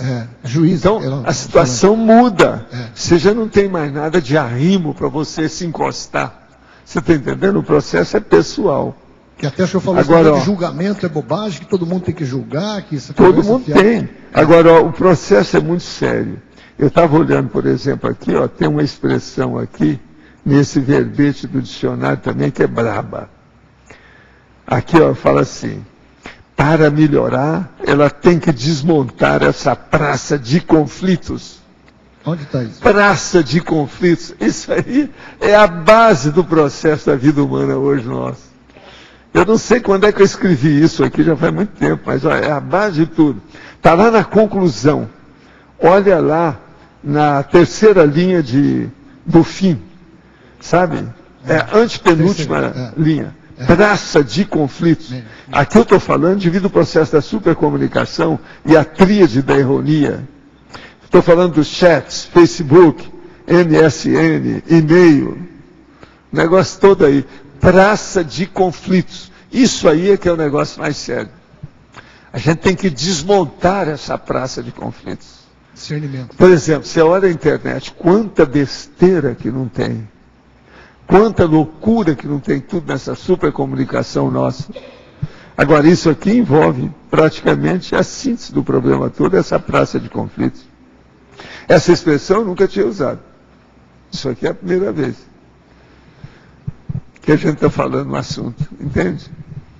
Dentro desse nível nosso, 2012, isso aí é a verdade da vida humana, do planeta. É o que a gente está enfrentando hoje, no século XXI. Professor, sim. Aqui. Como que funciona assim essa técnica de meter o pau, mas com respeito? Porque eu fiquei pensando assim, em relação à religião. Olha meu jeitão, mas olha, isso é antipático, eu sei que é normal. Às vezes cria incompreensão, eu também sei que é. Mas veja, eu não ponho o nome da pessoa na frente. Eu às vezes liquido com a pessoa e não falo quem é. Isso serve de exemplo para os outros, eles veem. E ao mesmo tempo aquela pessoa vai ver em casa a opinião que a gente tem, a opinião cirúrgica. Mostrando a realidade, já não tem mais tapeação de fazer uma subscrição, um receituário ambulatorial para ela, uma prescrição médica. O negócio é a cirurgia, a gente já fala o que é. Mas no caso por isso que eu não falo o nome de ninguém aqui. Mas no caso da religião, mas é um jeito, que o senhor falou antes. Para a gente não perder tempo. Muitos de nós perdemos tempo demais, vidas após vidas, um monte delas, século após século. Por quê? A gente não enfrentava a realidade. Sempre na base da tapeação. Sempre na base disso aqui, autodissimulação. Tem que acabar com isso, tem que dar um jeito. E tudo dentro daquilo que está nesse outro verbete. Tríade da ironia. É o equívoco, a omissão, o engano. Quer dizer, o tempo todo. Então nós temos que dar um jeito de acabar com isso. Agora, se a gente já sabe 5% de uma verdade relativa de ponta, vão colocar isso para frente, mostrar para o povo o que se passa, é o que eu faço. Agora veja, a cosmoética destrutiva raciocina só na lógica disso. Você, por exemplo, você tem aí uma fazenda que você comprou, seu pai comprou, o tio seu comprou e passou para você. Você vai lá na fazenda e você vai ver que lá tinha um matadouro que matava tudo quanto era animal lá dentro. Aquele negócio está empesteando a casa da fazenda, a casa grande da fazenda. Não é mais senzala. A senzala já acabou, mas o negócio está lá, aquela energia péssima. Atinge porque a casa que eles matavam os bichos está perto da sua fazenda. O que você vai fazer? Vai continuar desse jeito? A democracia sua, você tem liberdade de fazer o que você quiser. A cosmoética destrutiva, o que recomenda? Nesse caso, derruba aquela casa. Se precisar, derruba a casa da fazenda. Muda tudo, vai para outro lugar, um lugar mais novo, faz um jardim enorme lá, ou um lugar para dar comida para os bichos, alguma coisa que você vai criar para os bichos. E não vai criar bicho para matar, não. É bicho só para ficar lá. Então, por exemplo, pega os gatos da cidade, tudo que estão aí, que não tem dono, leva para lá, dá comida para eles. Faz um jardim para a gataria, quer dizer, o gatil. Isso é cosmoética destrutiva. Você destrói para fazer uma coisa nova no lugar. É a única saída que tem. O povo custa entender isso tudo. Não, mas isso para mim assim ficou bem claro, foi bem esclarecedor. Mas, por exemplo, no caso, eu estou falando da religião em específico, o que eu vejo, eu sou professora do IPC, eu vejo que às vezes a pessoa tenta argumentar sobre esse assunto. Obviamente, pois é, mas você assim, com a Conscienciologia, você liquida qualquer argumento. Não tem que tapar o sol com a peneira, eu acho que tem Primeiro, que falar a verdade. Primeiro você tem que fazer sobre o princípio da descrença. Sim. Fala para a pessoa o seguinte, princípio da descrença, vê se você entende, você talvez nunca ouviu falar nisso. Não é que a gente seja contra ninguém, não. Nós não somos contra ninguém, nós somos contra o erro, a coisa errada. A gente combate a ideologia transviada. É isso que é o negócio. Então, o que é o princípio da descrença? É você fazer experiência e não admitir nada que os outros falam, ou que qualquer livro está escrito, ou qualquer um que falou. Então você fala para a pessoa, olha, eu sou professora, não vai naquilo que eu estou falando. Tenta fazer tudo quanto é vivência disso que te interessa, daquilo que nós estamos falando. E você vai constatar, se eu estou certo, se eu estou errado, o problema é seu.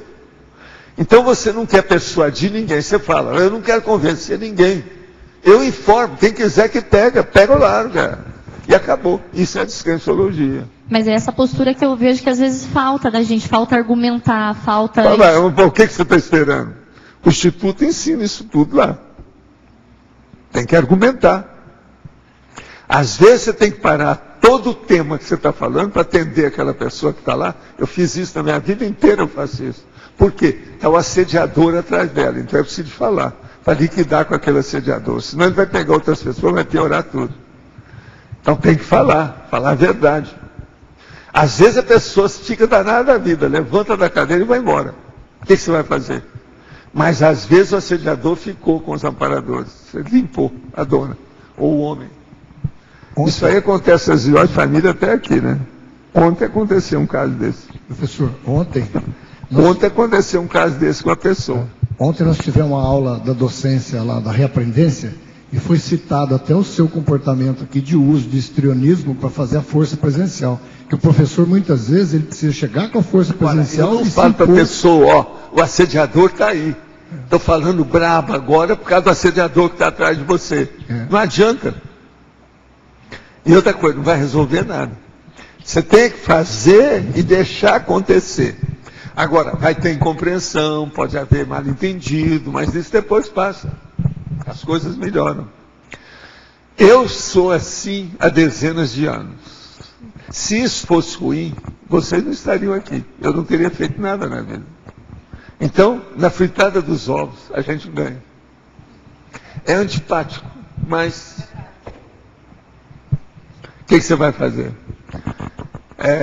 Na medicina a gente fala que essas coisas saem na diurese. Quer dizer, sai pelo xixi da pessoa. Você está entendendo? É o jeito, é a saída. Não tem outra saída.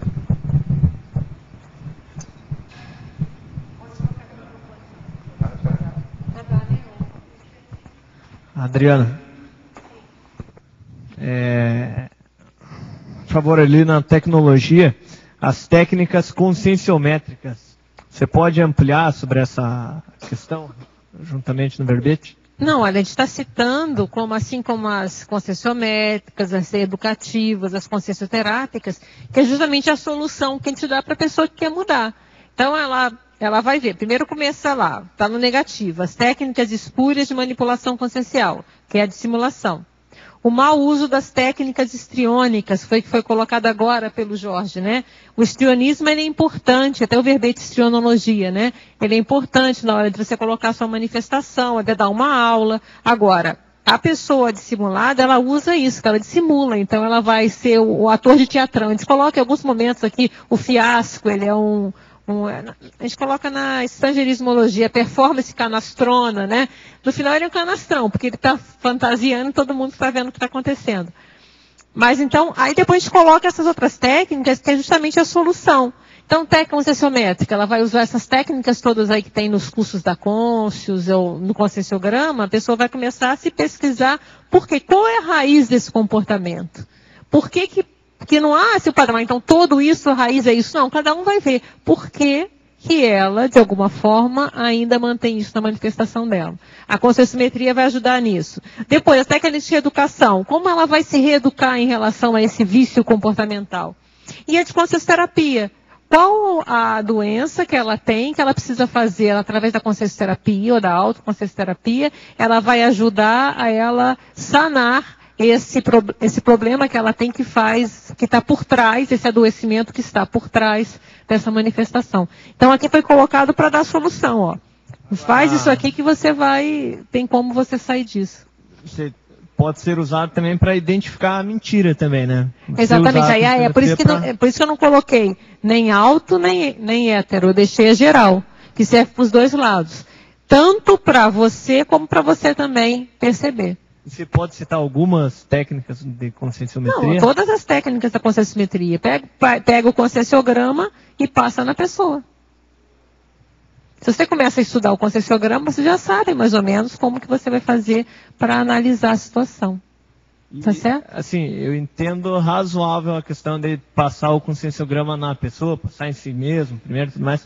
Mas assim, como é que você entende mais isso, assim? Ver como é que a pessoa é em relação ao soma, em relação ao psicossoma, em relação ao corpo energético, mental, priorização.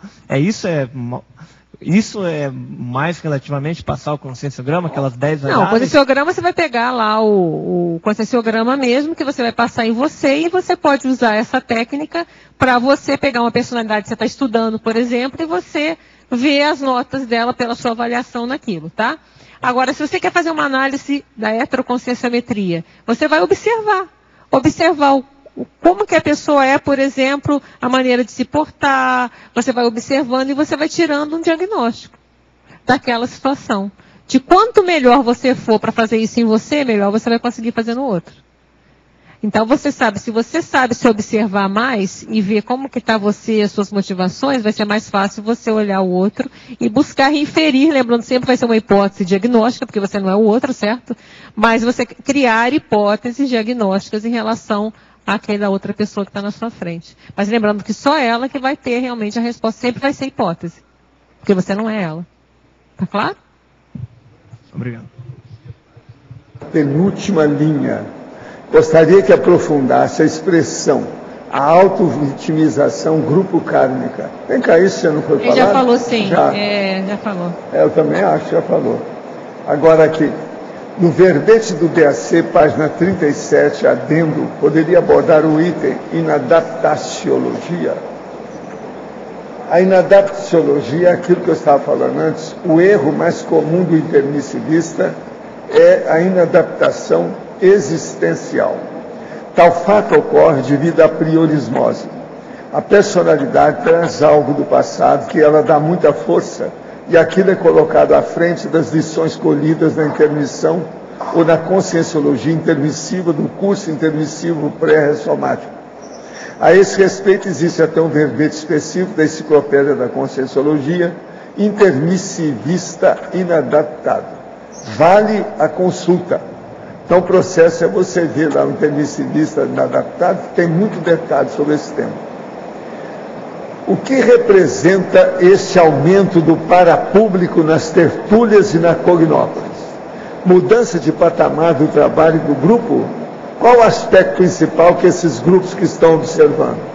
Olha, a coisa mais séria, o que é que vai acontecer com a turma, que nós já falamos aí sobre a pré-intermissiologia, com o processo da pessoa que vai se transformar num líder assistencial. De modo que isso é uma mudança radical no nível para melhor do povo todo que tem por aqui. Agora, essa turma que está aparecendo, eles estão vindo para dar força, para inspirar, para dar mais observação, intuição para a turma, colocar energia no trabalho. Professor, como realizar a cosmoética destrutiva sem ser estigmatizado como sendo dono da verdade? Não, a primeira coisa é o seguinte: como é que você vai ser dono da verdade se você debate? No debate acabou o dono da verdade. Porque se a pessoa é boa no debate, ela acaba com você. Você, se foi dono da verdade, foi 5 minutos, eles liquidam com você. O problema todo é de dialética, é de discussão, é o debatódromo, é o que nós fazemos aqui no nosso processo aqui na tertúlia. Debate. Então a pessoa tem que ver. Quando debate, ninguém pode falar que é o dono da verdade. Outra coisa, quando você for debater, fala aquilo que eu falei para ela, sobre o princípio da descrença. Quem está com o princípio da descrença não é dono da verdade, ele não admite nada, mas ele está fazendo experiência para vivenciar aquilo e aprender. Então, veja, pelo contrário, em vez de ser dono da verdade, ele quer saber, ele pergunta, ele vai por baixo, ele não é bobo. Agora, ele debate, ele discute, ele põe os pontos dele para frente. Se ele perde, ele reconhece, não, reconheci. Você está com mais lógica do que eu. Quantas vezes isso não acontece aqui? De modo que o processo não é esse, não. A pessoa não precisa ficar com medo de estar como se fosse o dono da verdade. Agora, ela não fica esperando que todo mundo vai entender a ela. Os mal-entendidos faz parte do serviço. Ainda mais trabalhando com a conscienciologia. Porque nós estamos mexendo só com princípios e, vamos dizer, bases ideológicas, construtos, que são muito avançados. Uma boa parte do povo, às vezes, não está preparado para isso. Associa é patológico. Valdo, você podia explicar melhor, esses 5 que vieram aí, vieram para quê? Que eu também não estava de manhã, vieram de manhã, não? Mas não era 5, não. Eu falei, eu vi 3. 5. Aqueles 5 foi de hoje? Não sei também. É antigo. De hoje vieram, foram 3. 3, não sei lá, os de hoje. Foi 3. Ah, bom, os de 5 ele falou. São os mnemonistas. Mas esses 3 aí mesmo. É o povo da memória. Da memória. Acho que ele está falando. Agora, ó, é muito engraçado, viu, Babel? Agora eu, com a minha observação aqui de fora. Primeiro vieram os mnemonistas. Você sabe que esse povo é de alto nível, de central da verdade. Agora, depois vem a outra que é de central da energia. Falta da fraternidade. Entendeu? Só hoje. Né? O negócio está bom aqui. O Arlindo está falando, professor. O Arlindo deve estar falando daqueles 5 que eu estou referindo, que vieram um tempo atrás. Ele acho que não estava aí. Não, como ele não estava, eu pensei que hoje de manhã vieram 5. Vocês estão sempre confusos, porque uns vêm de manhã, outros vêm de tarde, outros vêm ontem, outros vêm amanhã. Essa confusão, eu já estou aqui, ó. Todo dia tem isso. Valdo, mas Isso aí é aquele negócio. O cara passou a semana aqui, quando vem, dá um trabalho. Até ele ficar atualizado. O Jorge... Tem que dar um banho de loja nele, como se não conhecesse nada. O Jorge Washington... Todo dia tem isso. O George Washington citou esses 5, dava a impressão que foi de manhã. A culpa é do George. Tá certo. Vida dura, né? Mas isso é lá no Instituto, a turma já falou, dá muito trabalho. Quando a pessoa passa uma semana fora, ela vem até atualizar. Como é que o senhor fala? Só para chatear ele, né? Se tem os 5 só para chatear, né? Professora, a Rose Garden não é da Central Extrafísica da Fraternidade? A Rose? É. A Rose é nossa. É da ela casa? que dirige aqui, devagar com eles. Não fica colocando ela em lugar nenhum, que a gente não quer. Não, deixa ela aqui, deixa ela aqui. Não fica inspirando a saída, Não, ninguém quer a saída dela aqui, não. Deixa ela aí. E quem trouxe ela para cá foi o Talmal. Não brinca, não. Amiga do Talmal. Ela é chinesa. É gente boa. O povo todo que dirige aqui as nossas coisas, tudo é chinês. Ela é chinesa, a chinesinha lá da Graça com as nossas coisas de criança. Tem o enumerador, que é o numerador, ele era mandarim. Ele às vezes tem assim, parece uma pose de mandarim. Só falta aquele negócio de enrolar a mão aqui, ó. Você sabe que tem aquele negócio. Tá? Tudo é chinês. Ex-chinês. Mas é que ele ainda tem ainda uma raiz muito forte nessa situação, do jeito que o Talmal tinha. Né? Tudo tem sua razão. Enfim, a família da gente é grande. E o pior é que tem bastidores e palco. Aqui é o palco. E os bastidores, às vezes, tem mais gente. Anda na frente que atrás vem gente. Mas quem manda no palco é o bastidor, não é? Como é que é? O bastidor é que proporciona o palco. Pois é, mas é a base de tudo. A peça, precisa ver quem é que escreveu. Agora, vocês é que são as atrizes e os atores. Vamos ver como é que fica isso. O que você quer, Reinalda? Pode falar. Eu ia perguntar se a chinesinha tem a ver também com as crianças, porque no sábado na... Tem. Ela ajuda na evolução. Eu já falei lá umas coisas. Uma vez ela andou tirando uns negócios atrapalhados que estava lá com o povo de Porto Alegre. Ela apareceu quando uma criança menorzinha foi energizada e no meio, no jardim, com ervas medicinais. Então você viu, pois é, ela é boa. Várias pessoas. Ela sabe tudo sobre o processo de natureza, é igual a Rose Garden. Chinês tem muita gente que sabe mexer com a natureza. Talmal era assim, tudo quanto é tipo de energia. Para a Adriana, aqui na parafatologia, na terceira linha, a utilização utópica das energias conscienciais para envolver o interlocutor na argumentação manipuladora. Isso seria como estupro evolutivo? Não, é a pessoa que ela domina a energia de uma forma anticosmoética, muitas vezes na hora dela fazer uma abordagem para tentar envolver a pessoa na argumentação dela, ela tenta envolver com a energia. Então, se você percebe a energia, você vê que a pessoa está fazendo isso. Ela tenta jogar a energia como se para tentar seduzir mesmo de uma forma espúria. Né? Você vê essas pessoas mais sedutoras, carismáticas, muitos líderes carismáticos, eles fazem isso. Eles jogam, eles dominam a energia, seja consciente ou não, e fazem essa engolfada para a pessoa, às vezes, ficar mais obnubilada e, com isso, vai entrando na lábia. Tá certo. Foi esse uso aqui. Tá certo. Obrigada. Diana, sim. Seguindo isso aí que você acabou de explicar, como é que você consegue, aplicando o princípio não pensar mal de ninguém, aí você colocou aí 12, se eu não me engano, são 12 condições conscienciais, né, que justificam a falácia. Através do quê? Através da leitura energética, do próprio parapsiquismo. Eu estou dizendo você, como é que você, com base no que você conseguiu colocar essas 12 condições? Olha, observação. Você vê observação de pessoas, tanto pessoas conhecidas como as pessoas da mídia, que você observa a situação e você vê que isso acontece. E não é um caso. Quando a gente faz uma numerologia, ela está pautada não só em um, mas em casos. Então, é o acúmulo de experiência, o acúmulo de vivências, de lidar com pessoas, que você vai chegando a essas conclusões. E tudo tem muita lógica. Então, isso aqui entra, na hora de você avaliar isso, entra o seu discernimento, entra uma série de coisas que você verifica na hora, obviamente, que aquilo está acontecendo.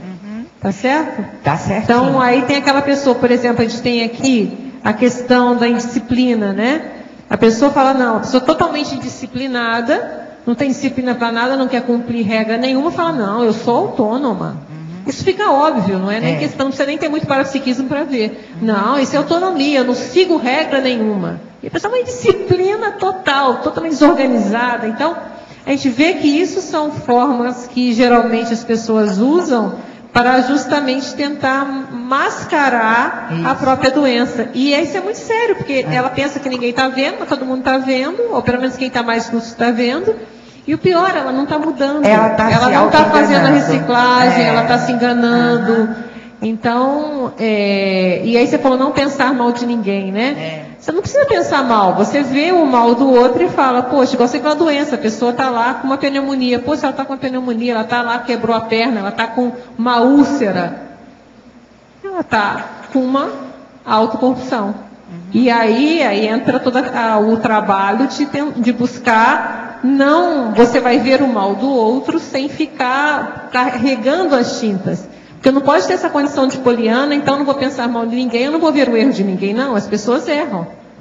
Né? As pessoas erram, as pessoas têm defeitos como nós também temos. Então, você vai ver, a questão é, você vê sem jogar aquela energia em cima de raiva, ou então, às vezes, aumentar essa visão, né? Até fazer a coisa mais feia do que realmente é. Então, buscar essa imparcialidade dentro do possível para avaliar. Até fazendo um acolhimento para poder fazer atalhos. E muitas vezes não vai dar para fazer atalhos. Você só vê e anota e registra na sua cabeça e viu. Outras vezes, se for possível, você vai buscar na hora certa, se haver abertura, você buscar esclarecer. Tá bem, obrigada. Tá bom?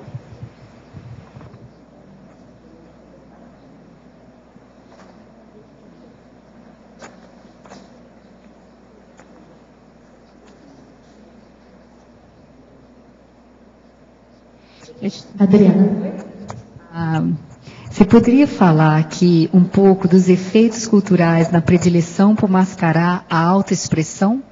Assim, porque a gente vê que algumas culturas, aí entra tanta cultura, pode ser uma etnia, como uma cultura familiar, uma cultura. Existem determinadas culturas que a expressão, a emoção, ela é mais. Você mantém mais um padrão, uma pose, por assim dizer. Vamos pensar um exemplo bem clássico. Os monarcas, né, que falou de monarquia, né? Então, na monarquia, eles são todos criados ali para manter eles não têm que ser sempre aquela pose, né? Então, ali é uma dissimulação o tempo todo. E você, então, deve saber mais que eu, né, com a sua vivência no exterior, como você deve verificar como muda, né, determinadas culturas. Aí entra tanto que a gente coloca depois educação familiar, também tem muito a ver com isso, né? Às vezes tem aquela família que já educa, não pode mostrar, você tem que fingir, você não pode ser tão autêntico. Como às vezes a própria cultura inteira, há um senso comum que a pessoa tem que manter determinado padrão, determinado tipo de categoria de se portar, que às vezes não é o que ela realmente é. Então era isso que a gente estava querendo mostrar. Adriana, em estrangeirismologia, você coloca ali o fiasco parapresencial da ausência de diagnóstico. Você pode ampliar um pouco?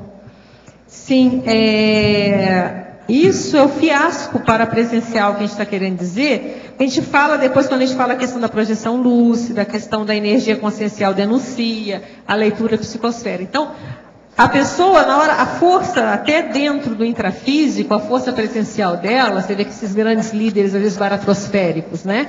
Eles conseguem, de certa forma, até manipular e manter. Só que no extrafísico isso não é tão simples. Lá, a sua realidade está mais exposta. Então, a gente quis fazer um jogo de palavras, um fiasco, né? Para a presença dela, ela vai mostrar quem realmente ela é. Ela pode até tentar transformar, fazer uma transfiguração do psicossoma, mas na hora que jogar energia, vai mostrar a cara quem ela realmente é. Não tem como ela disfarçar. Então é um fiasco. Até a força presencial dela aqui pode até, de certa forma, ela até mascarar um pouco, mas no extrafísico vai ser muito difícil. Então vai ser um fiasco. A presença dela não vai brilhar, vai ficar fosquinha, né? Quando vem aqui, tem aquela pessoa com energia melhor, ela vai brilhar, ela vai estar mais fosca. Então, naturalmente vai mostrar quem realmente ela é.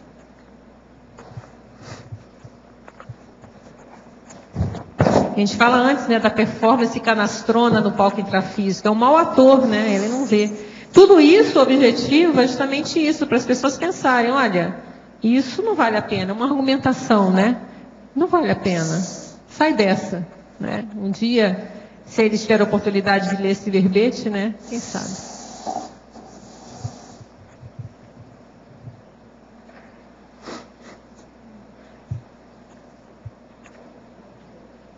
Na numerologia, a gente coloca também 7 condições que buscam clarear também essa interação, né?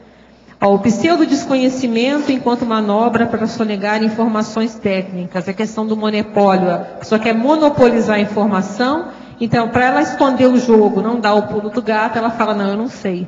Ou a pseudo-incompreensão enquanto manobra para deturpar fatos em prol de auto-interesses. Então ela faz não, eu não entendi, então ela faz tudo o contrário do que foi combinado, não, mas eu não entendi, né? Ou a pseudo-esquecimento enquanto manobra para descumprir um acordo. É uma irresponsabilidade. Então foi acordado, ela esqueci e também não faz o que tinha que ser feito. A pseudo-harmonia, que tem um verbete que vale a pena ser lido, da enciclopédia, também uma manobra para esquivar-se da recomposição. Então a pessoa mantém a desafeição, porque na hora que ela mantém uma pseudo-harmonia, finge que está tudo bem, mantém a desafeição ali guardada e não tem nenhum trabalho de fazer recomposição. O pseudo-companheirismo, enquanto manobra para coletar material de divulgação, e ser bem do fofoqueiro, o fofoqueiro é clássico nisso, né? Isso eu lembro desde criança, eu já observava isso. Aquela criancinha lá do colégio que vinha assim com aquele papo sorrindo, só sorrindo de vez em quando, queria pegar alguma informação, depois sair, não ria mais para você. Isso desde as crianças já aparece. Então, a pessoa, ela faz um pseudo-companheirismo que ela quer pegar material para ela sair divulgando. A pseudo-empatia, enquanto manobra para angariar simpatias de metas autopromotoras, aquela pessoa que só é simpática na hora que ela está querendo algum favor seu, senão ela também não te dá muita atenção. E a lágrima de crocodilo, o pseudo-lacrimejamento, enquanto manobra para assustar heterocríticas justas, que é uma questão cinismo. Então, na hora que, às vezes, você vai buscar fazer uma heterocrítica a uma pessoa, a pessoa começa a chorar, que é uma forma dela tentar constranger ou inibir que aquela crítica continue sendo feita. Então, são várias manobras de dissimulação. E eu estava pensando aqui, enquanto você falava, que para manter essas condições gasta uma energia danada, né? E a pessoa desvia ali toda uma energia, né, para manter uma patologia, sendo que ela poderia direcionar isso já para a autocura, né? Só isso já é o paradoxo, né? Interessante, poderia ter escrito esse paradoxo, né? Bem interessante. Paradoxo do dispêndio de energia gasto por uma coisa anticosmoética, quando na verdade você poderia estar usando isso de uma forma mais interessante, mais evolutiva para ela mesma. Então, pensando aí como escrever isso, daria um paradoxo bem interessante. Adriana, no efeitologia, sim, os efeitos da educação familiar no medo da alta exposição. Tem muitas famílias que elas criticam muito a pessoa, ela não deixa que aquela criança se manifeste quem ela realmente é. Então, às vezes é uma questão, uma educação mais repressora, ou uma educação muito crítica. Isso também pode ser uma raiz, não é para todo mundo, para a questão da pessoa ela ter medo de se expor quem ela realmente é. Então, ela prefere colocar uma máscara, porque assim ela acha que ela vai ser mais aceita. Eles não deixam se expor, que a criança não pode se expor dentro da família. Às vezes muita crítica, muita repressão. Tem aquelas culturas que a criança ela pequenininha, você vê, ela tem que andar igual coitadinha, toda nem mexe direito. Você vai reparar, começa a reparar. Então, aquela criança, ela não pode ser ela mesma, se ela manifesta algum sentimento, até uma raiva, alguma coisa, não pode, tem que ficar sempre com aquela cara de paisagem. Então, às vezes a criança vai pegando isso para ela e ela acaba não conseguindo se manifestar ou manifestar o sentimento que ela está realmente pensando, que ela realmente está sentindo. Ou se ela fala alguma coisa, não, isso é bobagem, isso é burrice, então ela começa a falar, não, então eu não sei nada, deixa eu fingir então que eu sei alguma coisa. Tá, obrigado.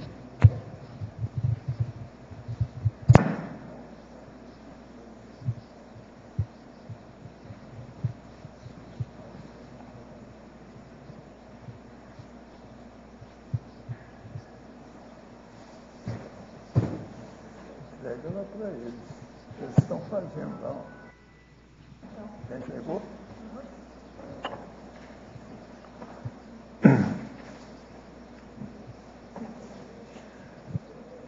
Então nós esperamos agora o 37º e depois mais 300, mais 500. Tá certo? Nosso comerciário, por favor. Obrigada. As pontuações da tertúlia de hoje foram 46 assinaturas no livro de presença, 30 perguntas presenciais e 14 perguntas respondidas online. Hoje temos 2 recados. Mara, curso opção pelo autodesassédio, e Mercedes com 5 baia. A CIP convida todos a participarem do curso Opção pelo Autodesassédio. Esse curso será ministrado pela professora EPICOM Adriana Lopes. Entre os temas abordados terá as posturas pessoais autodesassediadoras, a meta da desperticidade, o posicionamento de não auto-vitimizar-se e as convicções equivocadas sobre as realidades e as ideações contra si mesmo, o autoassédio. Esse curso ocorrerá dia 15 e 16 de setembro próximo, na sede da CIP, sábado e domingo, das 8h30 às 18 horas. Informações e inscrições na sede da CIP e pelo telefone 2102-1421. Esperamos todos. Obrigada. Boa tarde a todos. A Conscius convida vocês ao curso com 5 baia voluntária, que se vai celebrar el 14 de setembro aqui em Foz do Iguaçu. Esperamos a vocês, o horário será das 15 horas hasta as 20h30, en la sala Conscius. É importante trazer o livro de conscienciograma. Ficam todavia 4 vagas. Esperamos você. É uma experiência muito interessante. Obrigada.